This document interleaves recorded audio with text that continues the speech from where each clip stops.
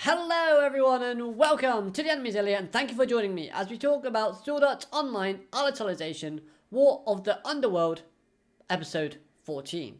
And what a fantastic episode this was. We had some amazing, stunning animation, the music was absolutely brilliant and it really helped to make those scenes more impactful, and we see some characters returning once again, which was a nice change of pace. So then, let's talk about the plan to rebuild Kirito's mind/Flugelite that gets delivered to us within this episode. I have some question marks about this, but let's just move forward and see how the plan kind of unfolds. So the idea here is to basically use memories from Kirito's friends, which are within the STL's machines, those being of course Leifa, Shion and Asuna. This basically is to help kind of fill in Kirito's blanked memories so that they can kind of use that as almost like a backup for Kirito's Flugelite and his kind of memory data. So I thought that was a pretty unique idea. However, we kind of already know the plan and how they're trying to do it, which obviously means Anime 101 is never going to go to plan. Now, there was this kind of talk/theory going around that maybe one of the teams in the Ocean Turtle base that are on the hero side is a traitor. And it got me thinking, was this actually a real thing? If it is, let me know, but don't tell me who the traitor is.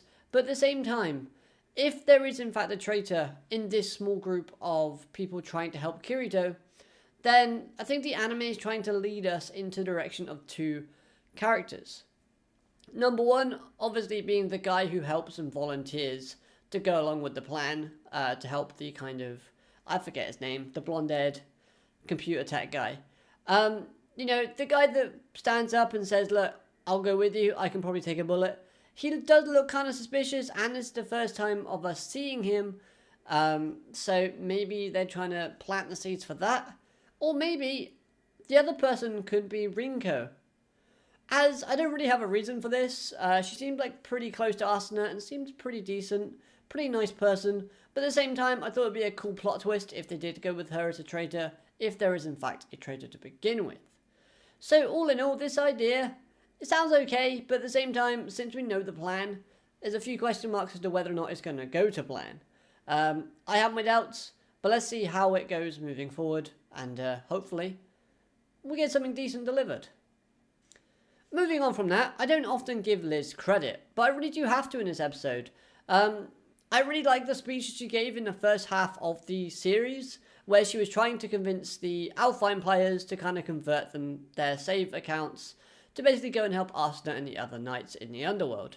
And seeing that speech actually paid off was a great thing to see, as we get characters returning in this, and it just makes the scene that much more epic. So Liz, you did a great job, and it's probably the only good thing that you've done throughout the entire Sword Art franchise is convincing these people to help you out.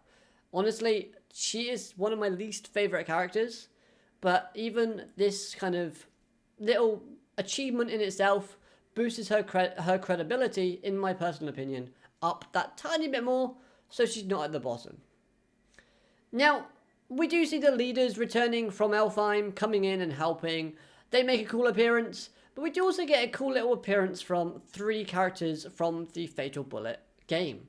This, of course, being Musketeer X, Yamakaze, and Dwayne. These characters obviously appear in the Fatal Bullet games as DLC for the first part. But it's a shame that we didn't see Zaliska, Isaki, and Kudaha. Oh well, they got their own cameos in episode 1, but that core 3 there, still my favourite 3 from the Fatal Bullet series. And I just like Isaki as a character and I want to see him more on screen. I think he's great. Hearing Rayleigh's reaction to the heroes arriving was actually really telling, as it gives us a look into the mindset of some of the underworld characters and some of the knights, as we get to see how they perceive the real life humans that are coming into the game. Obviously, all they've seen up to now is Asuna, Shion, and the knights that are attacking them, the red soldiers. And obviously, Vector as well, the Emperor, and the other sleazebag that is his henchman. They've only seen those, so their idea of the humans from the real world is very negative. And I like that it gets addressed in this episode, to the point where Rayleigh's like, you know what, if these people are with you, then maybe not everyone is as bad as I've thought they were. Maybe most people are good like you, Asuna. And I really like this because it helps build that connection and builds that bridge in where by the end of the series we could see humans from the human world coming into the underworld and this kind of world setting and communicating and kind of being with the residents of this particular game and uniting it and coming together in the end. I think that would be pretty cool, and I like the fact they're planting the seeds for that so early on. Whew. That fight between Berkeley's and the Emperor was absolutely fantastic. The animation was some of the best that I've seen from any series in such a long time. And the music was just a nice cherry on top that was absolutely gorgeous to watch. Everything from that scene was just played out beautifully. In the terms of the choreography of the fighting, I thought that the way they were handling Berkeley's secret move was actually pretty decent. I don't know why I went through the air quotes, because it was a pretty secret move, and it was a pretty cool move. He could attack someone from, like, in the past. That's pretty powerful. And having a double knockout was the right decision, in my personal opinion, as it keeps the idea of Berkeley's being insanely strong and one of the strongest knights around, whilst also making the Dark Emperor look just so overpowered to the in-game characters. Because when he comes back, and he will come back because we've seen that teased at the end of this episode, the in-game characters are going to perceive him as even more of a threat, as they'll believe that the strongest knight in Berkeley's failed to defeat him. Because obviously, as we see it now, it's a double KO, but the Emperor's going to come back in his GGO account, from the looks of things, and kind of be like, what? I never died. I may have lost a bit of HP, but I'm still around. And that's going to strike fear into the characters and into the other knights. I think that's going to be so cool. If they play that scene correctly, it could be a knockout scene. The passing of Berkeley's was quite sad, as the music helped elevate that emotional bond and connection between Alice and Berkeley's. And of course, when you factor in the dialogue and the reasoning for Berkeley's for fighting in protecting Alice, because it was almost like he was protecting his own daughter, just helps make that scene of him passing so much more sad and so much more impactful, to the point where I really did appreciate what they did with the scene. And also adding that baby comment with the lady female knight was just adding salt into the wounds. But it was a great touch nevertheless, and I really did enjoy it.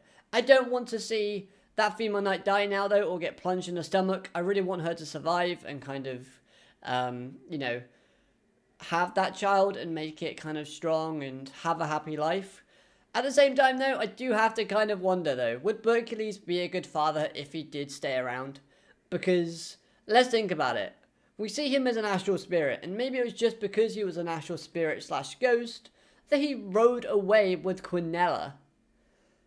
If Quinella was still around, like not evil or anything like that, would Berkeley's even be with that other knight, or would she never get a look in? I don't know. It always seemed like she had a control over Berkeley's, that being Quinella. But I thought her appearance at the end was also pretty cool. And yeah, she's wearing clothes, which is like her in-game outfit. And I like that. It's a nice style, nice design. Overall, I really did like this episode, but I felt like it was a series-ending episode. If the first part ended with this episode, then I think things would have been perceived a lot better and maybe been a bit better overall. Don't get me wrong, Shion appearing and shooting down all of those soldiers was epic. That was really cool. But think about it, if they ended with this episode and the kind of cliffhanger of